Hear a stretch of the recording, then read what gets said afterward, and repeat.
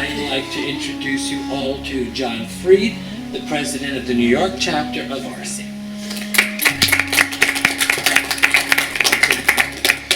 I just want to start by thanking the Salmagundi Club for having us here tonight, and I want to thank all of you for being here. We greatly appreciate it. Dr. Brier is someone who has quite a very well-deserved reputation in Egyptology. He is the author of numerous books. His most recent is Tutankhamun and the Tomb That Changed the World. And he's also written a book called Cleopatra's Needles, which will be the topic of tonight's talk. He has appeared on 60 Minutes, CNN, and numerous National Geographic specials. And without any further ado, I'd like to introduce Dr. Brier. Thanks, John. Well, I'd like to say something first about Dana was asking me, oh, you wrote a book about the Luxor Obelisk. The answer is no, it's not my book. I translated it. It's a story I've wanted to tell for many, many years. And it's about Apollinaire Labat. It's his book, right? And he is the man who moved the obelisk to Paris, the Luxor Obelisk, right? And it's an incredible story that people don't know. And I'll explain. But let me give you a little background on obelisks. Now, most people, I think, would say, let me just move this chair. Most people would say that the pyramids are probably the greatest engineering achievement of the Egyptians. They're really wrong. They are really wrong. For me, it's obelisks. Obelisks are really the greatest achievement. And I will explain. Right? The obelisk, right? The word obelisk, by the way, is Greek. Right? It's the Greek word for a meat skewer, like in shish kebab. Because when the Greeks came into Egypt, they saw them and they said, oh, it looks like we, and that's what they called it. So, now the things about obelisks are, they're a single piece of stone. Right? They're a single piece of stone. The big ones average between maybe 230 tons and 330 tons. So a big piece of stone, right? Big piece. But you'll see. Now, the thing that makes them amazing is that they're made out of granite, which is a hard stone. When the Egyptians were quarrying and raising obelisks, the tools that they had, the metal tools they had, were copper and bronze. Two relatively soft metals, right? Relatively soft. You cannot cut granite with either copper or bronze. Right? So how did they do it? The answer is going to be revealed in the next slide. That's how they did it. That's a pounder. It's a stone made of a slightly harder material than the granite. Right? It's dolomite. And what they did to pound out the obelisks, well, I'll show you. Right? They would take the ball, crouch, and drop it. Drop it. Drop it. And they would pound the obelisk out. Right? You can see here a trench that's been made in the granite quarry at Aswan. And what you had here are guys next to each other, shoulder to shoulder. One guy in each little trench here in the deep trench, and they just keep pounding all day long. It's not a great job. There was an expression in ancient Egypt. He was sent to the granite. And it sounds like it was for prisoners. Right? They didn't have slaves in Egypt, not large amount of slave labor, but it was sent to the granite. Right? So this is an amazing achievement. Now, Mark Lehner, a friend of mine, did an experiment. How long does it take to pound out an obelisk? Well, he tried in a minimal way. He took the pounder, started on the granite, and he found out that you can go about 1/4 of an inch in an hour, right, by pounding. Right? Quite something. You'll see. These are amazing. Now, here I am sort of trying to figure out how they get it out from, how do you get the bottom part of the obelisk out, right? And I was sort of fiddling with this, and then I realized almost certainly they would have put it on a pendulum, like put it on a string and just boing, boing like that. I think. I'll show you what the trench looks like. There, you can see guys shoulder to shoulder. Right? One guy here, just pounding, pounding, pounding. But you ain't seen nothing yet. This is the big baby. This is the one that nobody has any idea of how they were going to move. And I mean no one has any idea. It's the largest obelisk ever attempted. Right? It's still in the quarry. They never got it out. And here's where they pounded, right? They pounded down here and down here. And when they were cutting it out, pounding it out, it cracked. Right? It's one of those moments, no you tell the Pharaoh, no you tell the Pharaoh. But it's so large, it's hard to conceive of it, really. It weighs, you ready? 1,000 tons. It weighs as much as 2 jumbo jets. Right? And how are they going to get it out of the quarry? It's right in the middle of the quarry. How are they going to raise it up? Or are they going to carve out the wall? I mean, this may be one case where the Egyptians bit off more than they could chew. They may have undertaken something that they really couldn't complete. But this is just an amazing, bit of hubris to try something like this. Let me show you a couple of things. That's the obelisk, that's the tip of the obelisk, and you can see the pound marks. They were pounding over there, getting the tip ready when it cracked. Now, how are they going to move it? We have a couple of representations of how the Egyptians moved large objects on the ground. This is one of our best, right? This is from a guy, Jehudi Hotep, and this is a statue of him. It's in his tomb. They painted it in his tomb. He had this big colossal statue made of himself, 54 tons roughly, right? 54 tons. Not 1,000 tons. Right? And it shows how they're moving it. But it's on a sled. And on here, on the lap of the statue, is a guy who's clapping. He is rhythming the pullers, the guys who have the ropes. Now in this depiction, we know it's 174 people. So it took 174 people to move this thing of about 50 tons. Right? Think about 1,000 tons. You're talking about thousands of guys. Thousands. It doesn't scale up. You can't have rope that big. Where are you going to put thousands of guys on a rope? It just doesn't work. Interestingly, by the way, that you can see here, there's one guy on the sled on the front by the foot, and he's pouring oil to lubricate it as they pour it. And there are guys here who are carrying spare planks of wood in case something breaks, in case the sled breaks. And these guys have jars of water for these guys to drink. Right? So from this tomb, we get an idea of how they move things, but it won't work for the big obelisk. It will not work for it. Won't. So we really don't know how they're going to do that one. But anyway, this is helpful. Now, we have one representation of obelisks being moved on water. Now, I think an interesting thing that nobody's ever said, but I think it's true. I really do. All obelisks in Egypt come from one quarry. All granite obelisks come from one quarry at Aswan. They all come from the same quarry. Okay? Aswan is on the southern border of Egypt. If that quarry was on the northern border, I don't think they could have used the granite. Because you got to go with the current. You can't take a 320-ton thing on a bar against the current. So I think the fact that it's in the south made it usable. And just to reinforce my idea, there are no obelisks south of Aswan. They never erected them south, like in Nubia or anything like that. So I think it's fortunate for them that it was in the south. Now this is Hatshepsut's representation of how she moved 2 of her obelisks. And what's really cool, this is again, just hubris. She put both of them on one barge. I wouldn't do that. What if it sinks, right? But she's got 2 obelisks. The tip's there, tip is there. Now the reason you see these little rectangles, these little tiny rectangles, is Egyptian boats were sewn together. They didn't nail them together. They didn't have pegs or anything like that.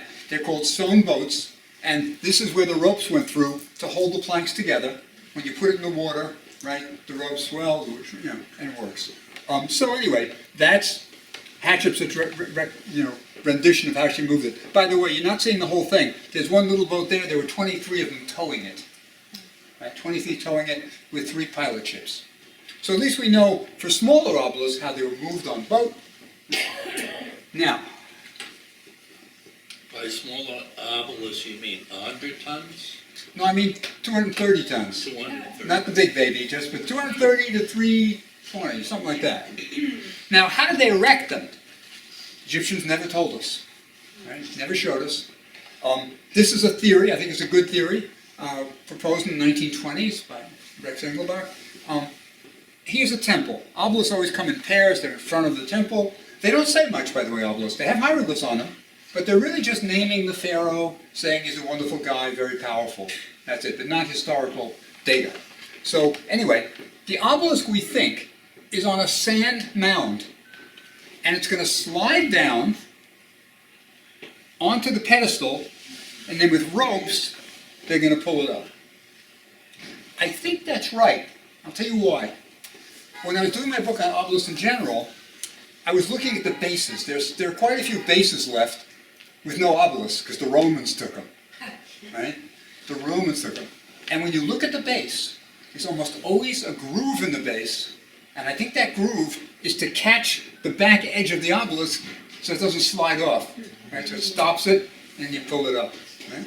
So that's, I think that's a reasonable, you can imagine how they got it up. This is the start. This is not a buy my book ad. This is the start of my interest in Labat, Apollinaire Labat, who moved the Paris obelisk. I was doing this book and researching all the obelisks in the world practically, and then I came across Labat's story, written in French, and I just thought, this is a fabulous story, this guy's so great, and nobody knows it. So then I translated the book. It's not my book. Now, amazingly, just a little known fact, at one point Egypt gave away 5 obelisks to France.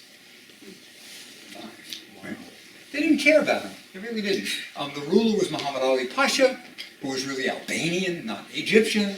What did he care? Right? They were just stones. So 2 of them that were given away are these, by the way. Alexandria. One is fallen. It fell in the Middle Ages, but didn't break. And the upright obelisk. Right? They were given away, but the French never took them. Never took them. Right? They're going to be taken in the 19th century. One by the British, one by the Americans. That's why we have an obelisk in Central Park. I'll show you a little bit about it, but that's not the main. Now, the English one was moved in a caisson, like a cigar tube. You know, those fancy cigars come in those tubes. This is the caisson that the obelisk is in it, and it's being towed by a steamship. And there's a crew on this little caisson, 3 guys, and they communicated with the steamship with a chalkboard. You can go faster. Stuff like that. Slow down. And it's being towed to London. They hit bad weather. The obelisk ship capsizes. Right? There are 3 guys on this thing. It's a hurricane, and they've got to get him off. 5 brave men are lowered in a rowboat from this ship in a hurricane. And they start rowing to the obelisk. When they get to it, to get the guys off, a big wave swamps the boat, and they disappear forever. And 5 brave men died trying to rescue their colleagues. And eventually, the ship gets a rope, a line to them, and they are rescued. But 5 brave men lost their lives. By the way, there's this crazy story. I can't tell all the stories, but this obelisk, they had to cut it free once they get the guys off, because they're afraid it's going to go down and take the ship with it. So they leave it there, and they come back the next day when the weather's better to look for it, and it's gone. They figure it sank, right? But it didn't. It was floating, and another ship comes along in another day and finds it. And according to the laws of the sea, it's theirs. It's salvage. And the Brits had to buy it back. And it's an interesting court case, by the way, because the Brits, who don't want to pay too much, are saying, well, it's just a piece of stone. How much is a piece of stone worth? A couple $100, And of course, the guys who found it say, well, I think there are a lot of cities that are paying more than that. So anyway, they had to pay £3,000 sterling to get their obelisk back. So that's the one that's today on the Thames Embankment, right? And if you go to visit it, the tube station is called Embankment. If you go to visit it, walk to the back, and there's a plaque that has the names of the 5 brave men who died trying to save the colony. And there's an ancient Egyptian saying, to say the name of the dead is to make him live again. So whenever I go there, I always read the names. So do that. It's a good thing to do. Right on the Thames Embankment. So that's London. We, of course, have this one. This is ours. This is the one that's in Central Park today. Right? That's in Central Park, and it's being moved by Lieutenant Gorringe, a naval man, and it's clad in wood to make sure it's, it's not damaged, and you have the obligatory flag on top. And he had a trunnion built. They're going to pivot it on this, right? Pivot it. This trunnion, by the way, is built by the Roebling Iron Works in New Jersey, who had just done the Brooklyn Bridge. Right? So they're going to pivot it. Interestingly, he has piled up these timbers so that in case a rope breaks or a cable breaks, it'll stop the fall of the obelisk. And it happened. A cable broke, and it saved them. It saved them. Then he had his ship, the Dasugi, opens the hull and rolls the obelisk in on cannonballs. Right? Seals it up and sails off. That's the obelisk going through Central Park on a trestle. It's being pulled by a steam engine here. Yanking it, they have an anchor chain to it, and just move it up, and they keep going into Central Park. Right? Interesting, by the way, you know where the tennis courts are on the west side? That's where the obelisk was landed. Now the reason it was landed there is because it's the only place where there's a break in the cliff. Right? So they had a little low they could get it on. But that's our obelisk here in the Central Park. And there it is, right? And there's our pedestal, right? Crazy story about the pedestal. Crazy. Gorringe was a mason, right? 32nd degree mason. The guy who paid for it was Vanderbilt, mason, right? So he knew the secret handshake. Right? And when Gorringe got there to Egypt and is clearing the sand from the obelisk, he finds the pedestal, and by the pedestal, he finds mason's tools, like hammers and right angles and things like that. And he thinks that that is his fellow masons from Egypt, leaving him a message that he has to bring the pedestal to. So that's why we are the only ones who have the original pedestal. 50 tons. It's 50 tons. Yeah. Anyway. So that's our obelisk. Now for the real story. Apollinaire Labat and the French obelisk. This is Luxor Temple in 1800. The two obelisks here. This is the one Labat is going to move. And the reason he's going to pick this one is Champollion, the decipher of hieroglyphs, told him, get this one, it's the best one in Egypt. So he's going to do that. He is going to get this obelisk, by hook or by crook. This is the temple today. And as you can see, he did get it. It's gone. Of all the objects in Egypt that should be, or not in Egypt, that should be returned to Egypt, I would like the obelisk returned. Wouldn't it be neat to have the symmetry and have them both there? There's no temple with both obelisks in front of it. It'd be just so neat. It's not going to happen, but I think you could have a replica made, and it would still be pretty good. But that's the temple as it is today. There's Apollinaire Labat. Little guy, 5'4". He's an engineer from the École Polytechnique. He's about 30 years old, and he's given the job. He is the first guy to move an obelisk who really knew what he was doing. I will explain. This is his book. He wrote a book in 1839 about moving the obelisk. This is where I get my stuff from. This book. And it's a fabulous story. The guy is great. And nobody knows this book. It's published by, you can see it down here. It's published by the Royal Corps of Bridges, Roads, and Mines. Not a bestseller. I don't have a good distribution. It's not in every bookstore. Nobody read it. And I got to tell you, there's some great stuff in there. So that's what this is where I translated and becomes this book here, the Luxor Obelisk. Right? AUC Press did a wonderful job, by the way. I'm thankful to them. They have all the diagrams, they have all the beautiful illustrations, everything there. They gave it a nice format so you can open it up and you have double-page spreads. They did a great job. Now, this is a ship, specially designed to bring back the obelisk. It's specially designed. It has to go both on the river and on the Mediterranean. Not easy. Right? It's got to sail. It's got to go up a river, which is not too deep. What they're going to do, though, is it came over by itself. But with an obelisk in its hull, it's not going to be able to go by itself on the sail, so they're going to have a steamer pull it. And that's the plan. And it works out. So that's his ship. Now what he does, smart guy, he intentionally runs it aground at Luxor. So it's fixed, right? It's at right angle to the bank.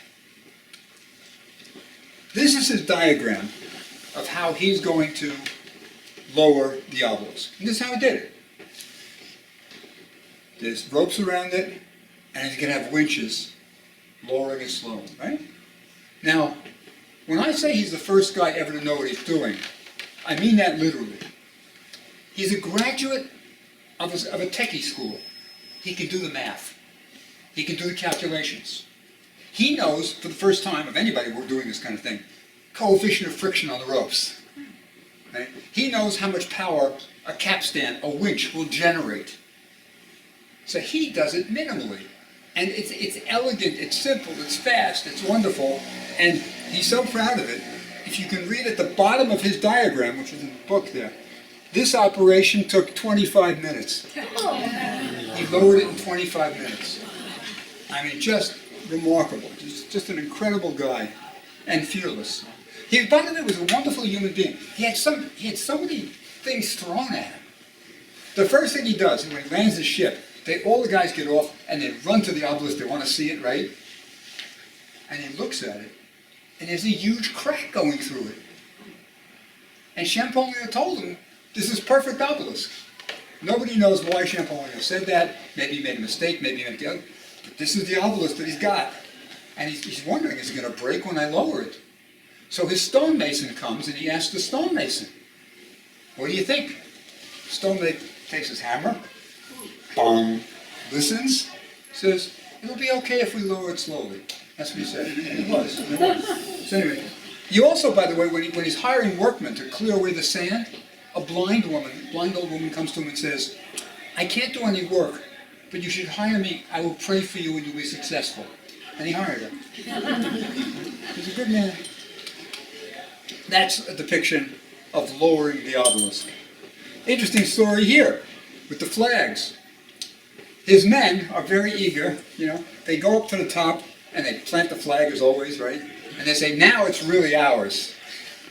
And Labar says, don't sell the bear skin until you kill the bear. That's a great phrase. So it's not ours yet, it's not down, but they did get it down. Now, I want to compare what Labar did with the previous obelisk moved, 250 years earlier, by Domenico Fontana. Right? Now, this is the title page of Fontana's book. Right? It's about him moving an obelisk. It's 1585, that's when he moves it. Right? It's in Rome, his obelisk. Rome still has more obelisks than all of Egypt. There are more obelisks in Rome than in Egypt. The Romans took them back as trophies. They also never recorded how they brought them back and how they erected them. But it must have been easy. They had 13, 14, 15 of them, and they never recorded it. They had winches, though, and pulleys, so it wasn't any big deal to them, but it's still pretty good. Now, Fontana is going to move this obelisk. Now, of all the obelisks brought back by the Romans, only one remained standing past the Middle Ages. Only one, this one. Now the reason is interesting. This is the obelisk, by the way, that's in front of the Vatican today. It's going to be moved a quarter of a mile. That's all. From the old location to the new Vatican. Why is this one standing when everyone else was pulled down? In the Middle Ages, the Christians were pulling down these pagan monuments, right, with pagan scripts on them. This one was allowed to remain standing because it was in Caligula's circus. The chariots went around it. And when St. Peter was crucified, if you remember, Peter is crucified and he says, please crucify me upside down so I won't be mistaken for our Lord. Right? Didn't want to be confused with Christ. So Peter's crucified in Caligula's circus, and the obelisk was a witness to that. And therefore the Christians allowed it to remain standing because it witnessed the martyrdom of Peter. And then a basilica is built in the area. But now when the new St. Peter's Basilica is built at the Vatican, they want to move the obelisk. The Pope is Sixtus V, right? The Pope wants this thing moved, right? And he puts it out for bids. Who's going to move it? Kind of like the dome in Florence, right? Brunelleschi's dome. Puts it out for bids. Michelangelo is asked to move it. His response is, and if it breaks? Doesn't want to. So engineers from all over the world come to show how they're going to do it. And Fontana, in his frontispiece, is showing you the different theories of how they're going to do it. These are little models that everybody brought, different ideas. Many of them, by the way, were afraid to take it down. They didn't know if it could support its own weight. They're afraid if it pivots, it might break. So they wanted to move it upright. So anyway, these are all the guys who lost. And Fontana's idea was to build this big, what he called the castello, the castle. And he's going to build this big superstructure to hold the obelisk. And this is it. This is his plan. And his plan is, of course, borne away on the wings of angels. That's Fontana. Divinely inspired Fontana, who had no idea what he was doing. Now, if you look, he opened St. Peter's Basilica because when you rotate the obelisk to horizontal, it's going to hit the basilica anyway, so you need room. So you're going to rotate it. Right? Now, that's the castello. Took a whole forest to build that sucker, and it's really big. And these are the block and tackle that he made to do it. Right? This is the thing that our boy Apollinaire Labat does in 25 minutes. Right? Takes him a year. Now, what he's going to do, he's going to have winches, capstans, raise it and lower it. Labat had 10 capstans. He could do the calculation. Fontana had 100. And it was like a zoo. I'll show you. There. These are winches here. And horses and everybody going around. He just didn't know how much he needed. That's Labat's quite a contrast, because he knew what he was doing, he knew what he needed.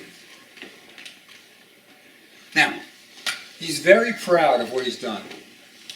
And what he does at the end of his book, now remember, it's published by a school, by the Royal Division of Mines and Roads and Bridges. So he publishes all his calculations.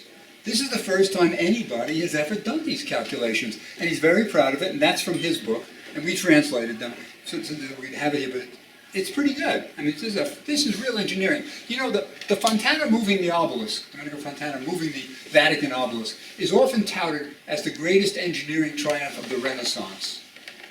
He didn't know what he was doing, he got lucky. Next time. Now, Labat got a couple of surprises. When he takes the obelisk down, when he lowers it, he can see the top of the pedestal.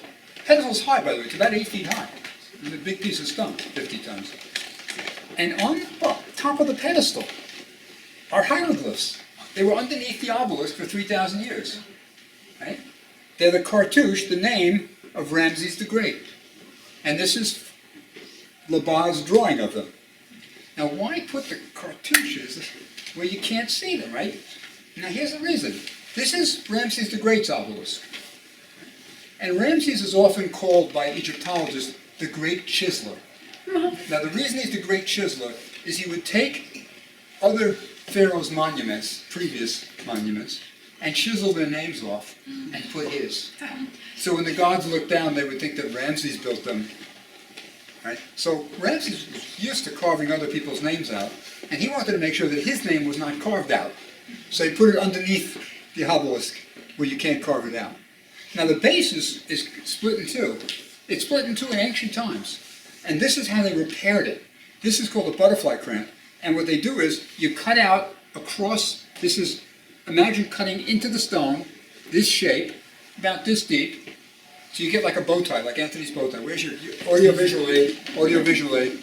There it is. Right?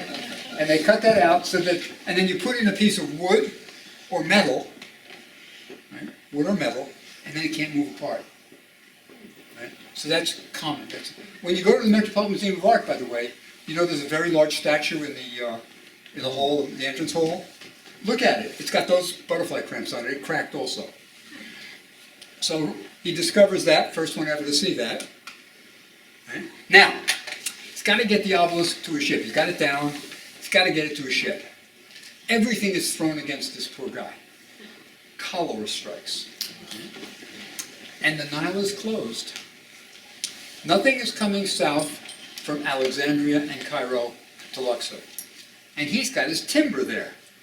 He needs the timber to get the obelisk from here, right, that's the other obelisk, that's the second one, here's his obelisk, from here to the ship, about a quarter of a mile. And he intended to make a slipway of wood.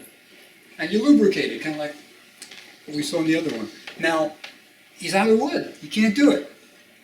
He has enough wood, his carpenter tells him, to just about cover 2/3 of the obelisk. So they make a little slipway, kind of like this table, but a little longer. The obelisk is on it. They move it along to the front. The tip is sticking over. And then they take the wood in the back and move it to the front. So they keep on boop, boop, boop, and eventually they get it there. He only needs 3 winches, and they're moving the obelisk slowly. But also, look at the amount of sand you had to move.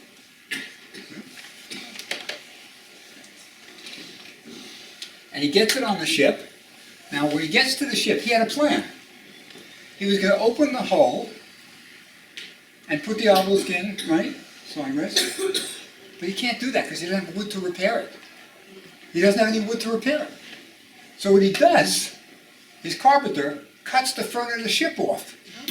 One gets the obelisk in, and then they put it back with its head. And it worked. It worked. So he's got the obelisk on.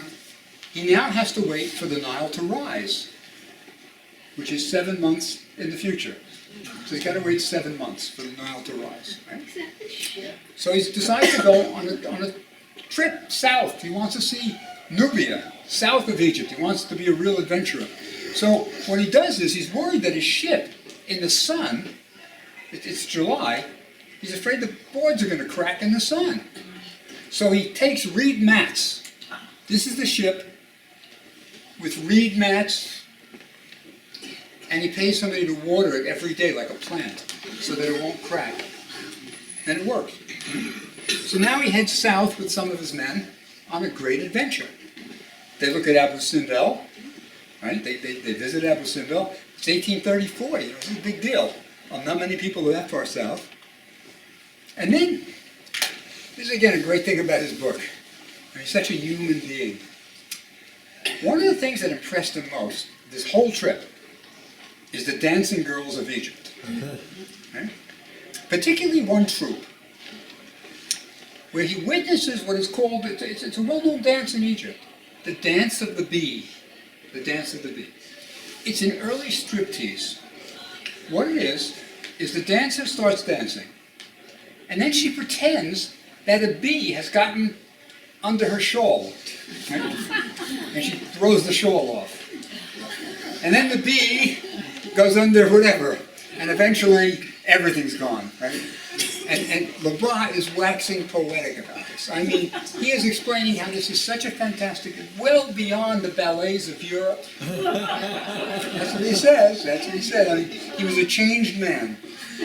What's really cool is there's an account of their adventure, their expedition, by the captain of his ship also, who says exactly the same thing. It's the greatest thing he's ever seen. So that's one of the things that Leblanc liked when he was there. Rough weather, it's being towed back by a steamship, but they make it. They make it. And this is a contemporary drawing. I think it's on the cover of the book. Yeah, this is it. It's a contemporary drawing, October 25th, right? It's 1836. They are raising the obelisk. Now, another thing that I found in Leblanc's book that I never heard anybody mention it, and it's great. Leblanc was a techie. He wanted to raise the obelisk with a steam engine.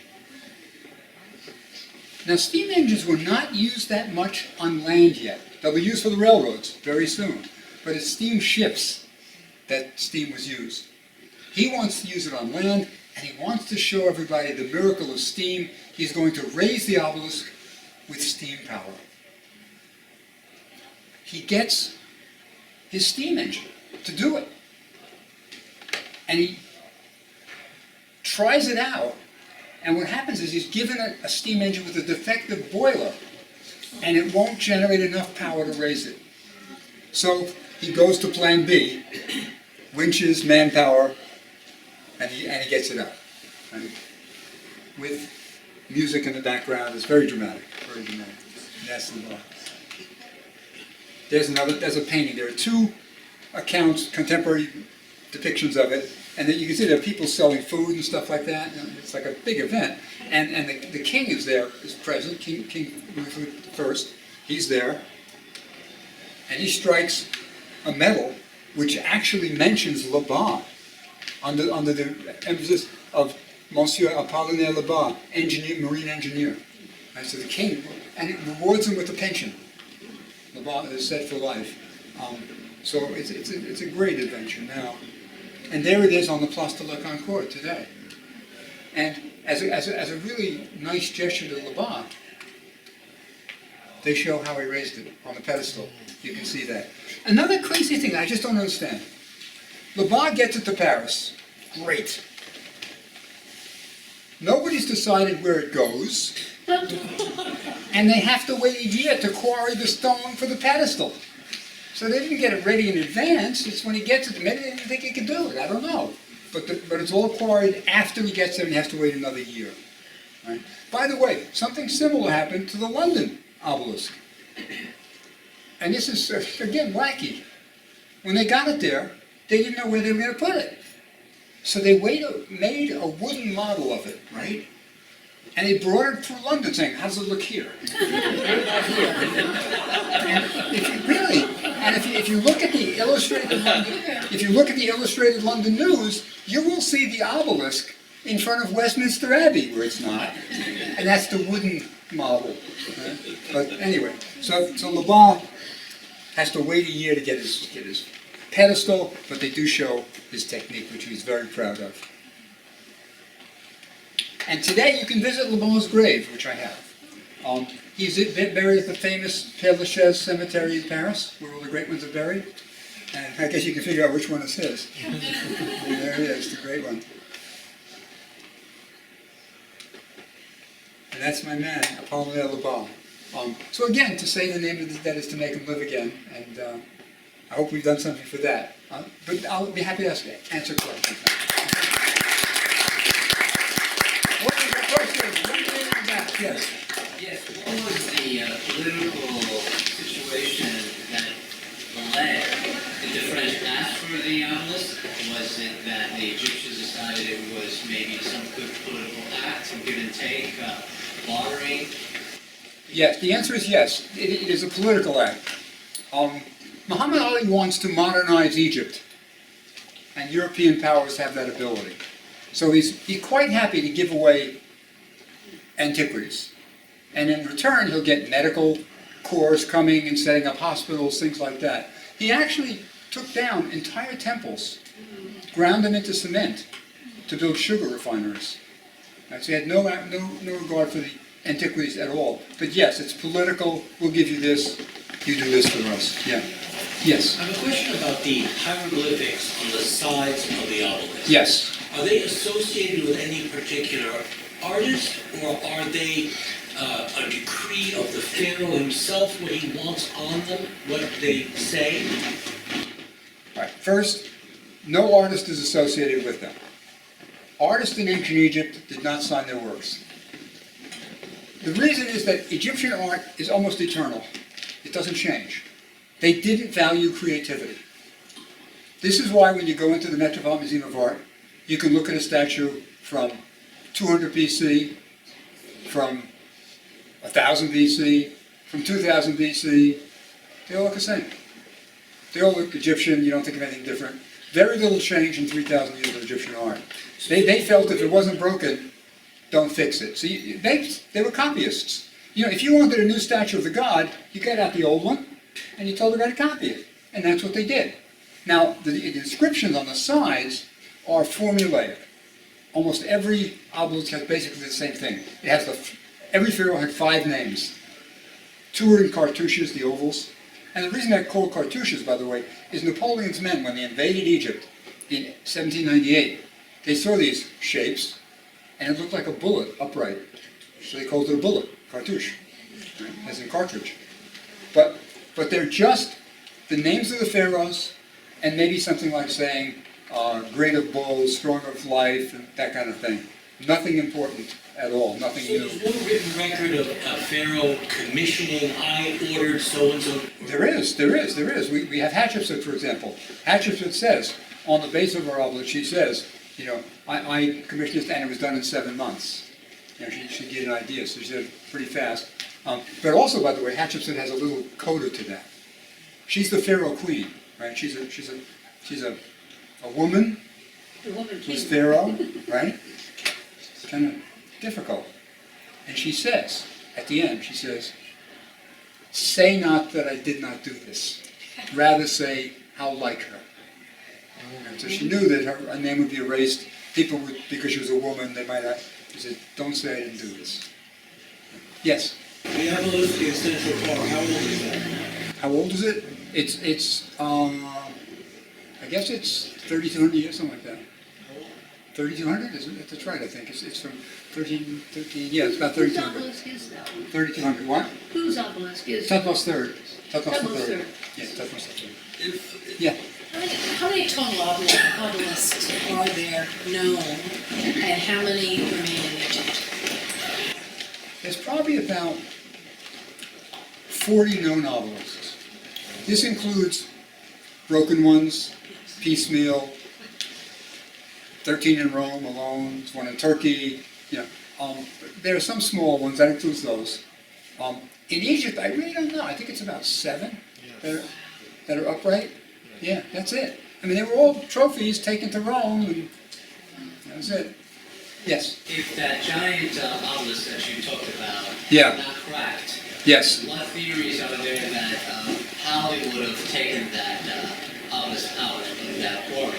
No theory. We all look at it and say, I mean, I'll give you one theory. There's a real theory, but I don't think anybody can take it seriously. A good Egyptologist, expert on stonework, his theory is the obelisk would have been raised with leverage. You kind of pry it up, throw some rocks under it, pry it up. It's 1,000 tons. Wood's not going to do that.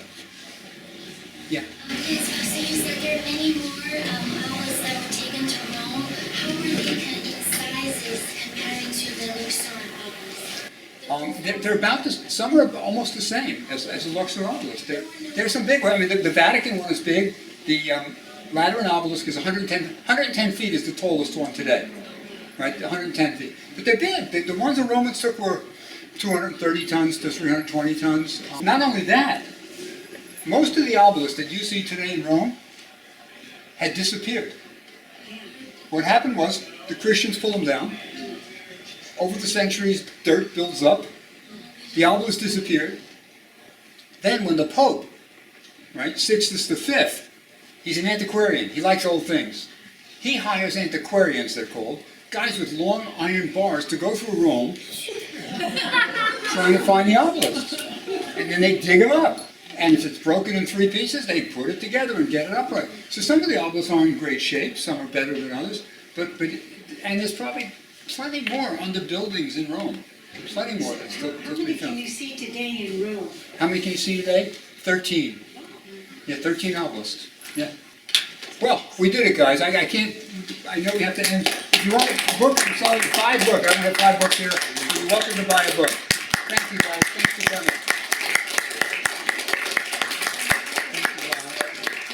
for those of you, you can buy books and Bob will sign them. Thank you, everybody. Oh, we'll see you again on March 21st. No, March 21st, there will be another presentation. They're $25. And let me show you though,